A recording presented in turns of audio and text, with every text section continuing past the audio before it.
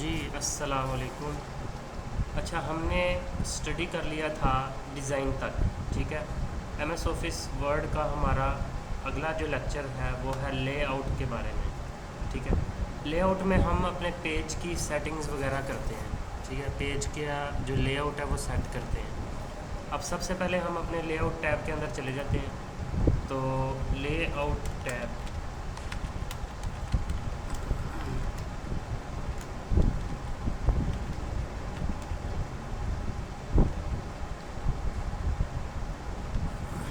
ठीक है। अच्छा, लेआउट टैब में हमारे पास सबसे पहले जो ऑप्शन आ रही है वो है मार्जिनस की, ठीक है। जो हमारे पेज के मार्जिन है बाय डिफ़ॉल्ट सेट हैं इस रेंज तक, यानी जो हमारा डाटा है इसको हम पहले नॉर्मल पे ले आते हैं ताकि जो हमारा टेक्स्ट है वो डिफरेंट नज़र आए। अच्छा, अब हम एंटर प्रेस करते हैं तो ये हमारा पैराग्राफ आ गया। ये जो आपको मार्जिन नज़र आ रहे हैं ये बाय डिफ़ॉल्ट सेट हुए होते हैं, ठीक है। लेआउट में हम मार्जिन को जो बाय डिफ़ॉल्ट होते हैं वो नॉर्मल होते हैं, ठीक है। और अगर हम लास्ट कस्टम सेटिंग ज़ाहिर है वो यही है, ठीक है। और उसके बाद हमारे पास नैरो की ऑप्शन आ जाती है कि हमारा जो मार्जिन है वो नैरो हो जाएगा। और उसके बाद मॉडरेट, ये भी एक उन दोनों के दरमियान की एक सेटिंग है, ठीक है। और वाइड, वाइड में हमारा जो मार्जिन है बहुत ज़्यादा वाइड हो जाएगा। और उसके बाद हमारे पास मिरर्ड है। मिरर्ड में हमारे पास ये हो जाता है कि दो फाइल्स हों या एक फ़ाइल हो या दो पेजेस हों, उन सब का जो डाटा है वो मार्जिन के हिसाब से मिरर्ड हो जाता है, मतलब वो टू स्पेसिस में कन्वर्ट हो जाता है। अभी हमारा डाटा है ही एक पेज पर। उसके बाद हमारे पास ऑफिस 2003 का डिफ़ॉल्ट जो है वो ऐड हो जाता है इसके अंदर, पर बाय डिफ़ॉल्ट जो नॉर्मल है वही हम यूज़ करते होते हैं। नेक्स्ट, उसके बाद हमारे पास ओरिएंटेशन है, ठीक है। बाय डिफ़ॉल्ट हमारे पास पोर्ट्रेट ओरिएंटेशन होती है, लेकिन अक्सर लेटर्स या अक्सर असाइनमेंट्स ऐसी होती हैं जो हमें लैंडस्केप में प्रिंट निकलवानी होती है। तो वो हमारे पास लैंडस्केप पे जैसे ही हम क्लिक करेंगे तो हमारा जो डॉक्यूमेंट टाइप हुआ है वो हमारा ओरिएंटेशन में लैंडस्केप पर सेट हो जाएगा। उसके बाद हमारे पेज का साइज़ है, ठीक है। साइज़ में हमारे पास बाय डिफ़ॉल्ट लेटर यूज़ होता है। टैबलॉइड में हमारा साइज़ बहुत ज़्यादा इंक्रीज़ हो जाता है। उसके बाद हमारे पास लीगल है, ठीक है। ये डिफरेंट किस्म के हमारे पास साइज़ हैं हमारे डॉक्यूमेंट के पेजेस के, ठीक है। A4 भी बहुत ज़्यादा यूज़ होता है और A5 और B4, तो ये डिफरेंट किस्म के हमारे साइज़ हैं, लेकिन बाय डिफ़ॉल्ट जो हमारा सेट हुआ होता है वो लेटर पर होता है, ठीक है। नेक्स्ट हमारे पास कॉलम्स की ऑप्शन आ रही है। न्यूज़पेपर में अक्सर आपने देखा होगा कॉलम्स, कॉलम्स जो है वो जो हमारा डाटा ऐड हुआ होता है न्यूज़पेपर के अंदर वो कॉलम्स की सूरत में होता है। अगर जिसने इस चीज़ को नहीं ऑब्ज़र्व किया वो इंग्लिश न्यूज़पेपर परचेज़ करके देख ले, उसके अंदर जो है वो हमारा जो है वो ऐड हो जाता है, मतलब आपको उसमें ऑब्ज़र्व करने के लिए मिल जाएगा, ठीक है। तो यहाँ से हम अपना डाटा सेलेक्ट करेंगे और कॉलम्स में जाके इसको जितने कॉलम्स में आपने कन्वर्ट करना है, 2 में कन्वर्ट करना है, 2 में कन्वर्ट हो जाएगा डाटा। 3 में कन्वर्ट करना है, 3 में डाटा कन्वर्ट हो जाएगा। और लेफ़्ट पे करना है, यानी लेफ़्ट पे हमारा जो है वो कॉलम बन जाएगा, राइट पे पैराग्राफ। और राइट करेंगे तो राइट पे कॉलम बन जाएगा और लेफ़्ट पे पैराग्राफ। अच्छा, उसके बाद अगर आपने 2 से भी ज़्यादा, यानी यहाँ पे मैक्सिमम 3 की ऑप्शन दी हुई है, ठीक है। अगर आपने मोर कॉलम्स में जाके इसको मज़ीद कॉलम्स में इसको हमने कन्वर्ट करना है तो हम यहाँ पे वो ऐड कर देंगे, ठीक है। 6 कॉलम्स मैंने ऐड किए हैं तो ये 6 कॉलम्स में कन्वर्ट हो गए, ठीक है। वैसे इतना करने की ज़रूरत पड़ती नहीं है, लेकिन फिर भी अगर आप इसको यूज़ करना चाहते हैं तो आप इसकी डिटेलिंग में जा सकते हैं। और इसकी विड्थ वगैरह को मैनुअली इंक्रीज़ या डिक्रीज़ करना है तो यहाँ पे स्पेसिंग वगैरह है, ठीक है। और ओके करेंगे तो वो उस पर अप्लाई हो जाएगी। उसके बाद हमारे पास यूज़ हो रही है ऑप्शन ब्रेक्स की, ठीक है। एक तो हमने पेज ब्रेक पढ़ा, ठीक है। वो हमारे पास पेज ब्रेक की ऑप्शन ये है, यानी कि मैं इधर अपना कर्सर रखता हूँ तो ये पेज ब्रेक करूँगा तो वो नेक्स्ट पेज पे जो है वो डाटा कर्सर से आगे जितना भी है वो मूव हो जाएगा।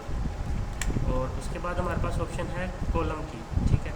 यानी अगर मैं इन सब को 3 कॉलम्स में कन्वर्ट करता हूँ या 2 कॉलम्स में, ठीक है, कि 2 कॉलम्स में है, मैं इतना ये पैराग्राफ नेक्स्ट कॉलम में कन्वर्ट करना चाहता हूँ करना चाहता हूँ तो मैं कॉलम पर क्लिक करूँगा तो मेरा वो कर्सर से आगे वाला हिस्सा नेक्स्ट कॉलम के अंदर जो है वो कन्वर्ट हो जाएगा, मूव हो जाएगा। उसके बाद टेक्स्ट रैपिंग की ऑप्शन है, वो जितना आप इस पर क्लिक करेंगे आपका जो है वो कॉलम नीचे आता जाएगा, ठीक है, आगे मूव करता जाएगा। 1 मिनट, इसको टेक्स्ट रैपिंग पे जितनी दफ़ा आप क्लिक करेंगे आपका पैराग्राफ जो है वो नीचे की तरफ मूव करेगा। उसके बाद हमारे पास नेक्स्ट पेज के ऑप्शन है, नेक्स्ट पेज पे आप चले जाएंगे और कंटिन्यूअस पे आई है कि वो जो तरतीब है उसी तरीके से चलेगा। और इवन पेजेस तो जो 2, 4, 6, 7 उस हिसाब से हमारा डाटा रेंज हो जाएगा। और अगर आपने ऑड पेजेस करने तो 1, 3, 5, 7 तो वो इधर भी लिखा हुआ है 2, 4 और 1, 3, ठीक है। नेक्स्ट उसके बाद हमारे पास लाइन नंबर की ऑप्शन है, ठीक है। लाइन नंबर एक तो हमने बुलेट्स के साथ पढ़ी थी नंबरिंग, तो वो नंबरिंग तो हमारे पास किसी भी पॉइंट्स को जो है ना वो रिप्रेजेंट करने के लिए होती है। कोई भी पॉइंट्स दिए या तो उसको हम बुलेट लगा देते हैं तो या हम नंबरिंग लगा देते हैं। लेकिन जो लाइन नंबर्स है वो ऑल टू ऑल सब लाइंस पर जो है वो कन्वर्ट होगी। तो इधर हम एक दफ़ा और पैराग्राफ ले लेते हैं।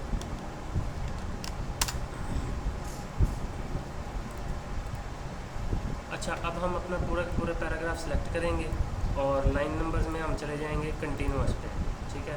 कंटिन्यूअस में हमारे पास जहाँ पर भी हमने एंटर प्रेस किया होगा वहाँ से नंबरिंग स्टार्ट हो जाएगी और तकरीबन ये 47 लाइंस हैं हमारे पास, ठीक है। और अगर हम इसकी मज़ीद सेटिंग्स में चले जाएँ तो रीस्टार्ट ईच पेज,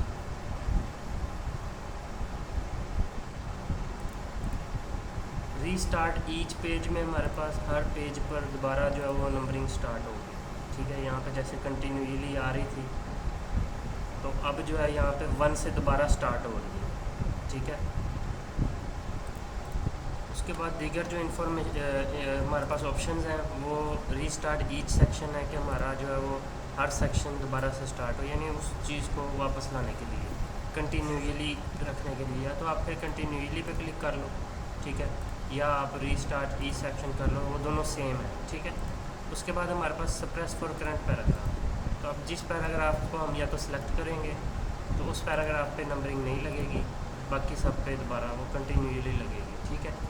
तो ये हमारे पास सेटिंग्स थी लाइन नंबरिंग की। और उसके बाद हमारे पास है हाइफनेशन, ये भी न्यूज़पेपर में यूज़ होते हैं हाइफनेशन। लाइन नंबर्स को हम पहले ख़त्म कर लें। अच्छा, हाइफनेशन में हमारे पास जो यहाँ पे इनकम्प्लीट वर्ड्स होते हैं अक्सर आप उसके साथ डैश लगा के बाकी कंप्लीट करने के लिए यहाँ पे लिख देते हैं। जैसे इम्पोर्टेंट है, मैं यहाँ पे लिखता हूँ आगे मैं डैश लगा देता हूँ और इम्पोर्टेंट आगे आ जाता है। तो इस तरीके से जो है वो बाय डिफ़ॉल्ट अगर इस चीज़ को सेट करना है तो हम सारा सेलेक्ट करेंगे और हाइफनेशन पे जाके ऑटोमेटिक पे क्लिक कर देंगे। तो अब जैसे यहाँ पे उसने पुट कर दिए प्रोवाइड्स, तो प्रो यहाँ पे आ गया, हाइफनेशन लग गया और वाइड्स, ठीक है। इसी तरह यहाँ पे भी प्रोवाइड्स पे लग गया, यहाँ पे कॉलम पे लग गया, ठीक है। पूरे के पूरे जहाँ पे भी उसको सूटेबल लगे वहाँ पे उसने उसको सेट कर दिया। तो ये हमारे पास ऑप्शन थी हाइफनेशन की। उसके बाद इंडेंटेशन की ऑप्शन है, तो ये हम वैसे कंट्रोल M मैं इसकी शॉर्ट की आपको बता चुका हूँ।